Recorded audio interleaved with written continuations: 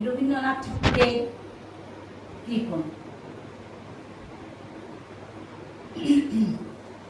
আমি ভিক্ষে করে ফিরতেছিলেন গ্রামের পথে পথে, তুমি তখন চলেছিলে তোমার স্বর্ণরথে। অপূর্ব এক স্বপ্ন সম লাগতেছিল চোখে মম। কি বিচিত্র শোভা তোমার, কি বিচিত্র সাজ, আমি মনে ভাবতেছিলেন কি কোন মহারাজ। আজ শুভক্ষণে রাত পোহালো, ভেবেছিলাম তবে আজ আমাকে দাঁড়ে দাঁড়ে ফিরতে নাই হবে। বাইর হতে নাই হতে কাহার দেখা পেলেম পথে, চলিতে রথ ধন ধান্য ছড়াবে দুই ধারে। মুঠা মুঠা কুড়িয়ে নেব ভারে ভারে।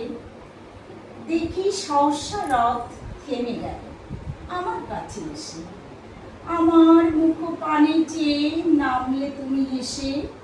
দেখে মুখের প্রসন্নতা জুড়িয়ে গেল সকল ব্যথা। হেন কালে কিসের লাগি তুমি অকস্মা, আমায় কিছু দাও গো বলে বাড়িয়ে দিলে হাত। মরি এ কি কথা রাজাধিরাজ, আমার দাও গো কিছু। শুভক্ষণ কালে তরে রইল মাথা নিচু। তোমায় কি বা অভাব আছে ভিখারি ভিক্ষুকের কাছে। এ কেবল কৌতুকের বসে আমায় প্রবঞ্চনা। ঝুলি হতে দিলাম তুলে একটি ছোটখানা।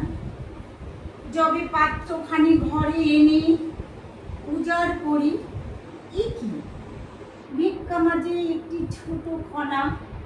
দেখি দিলেম রাজভিখারিকে, স্বর্ণ হয়ে এলো ফিরে। তখন কাঁদি চোখের জলে দুটি নয়ন ভরে।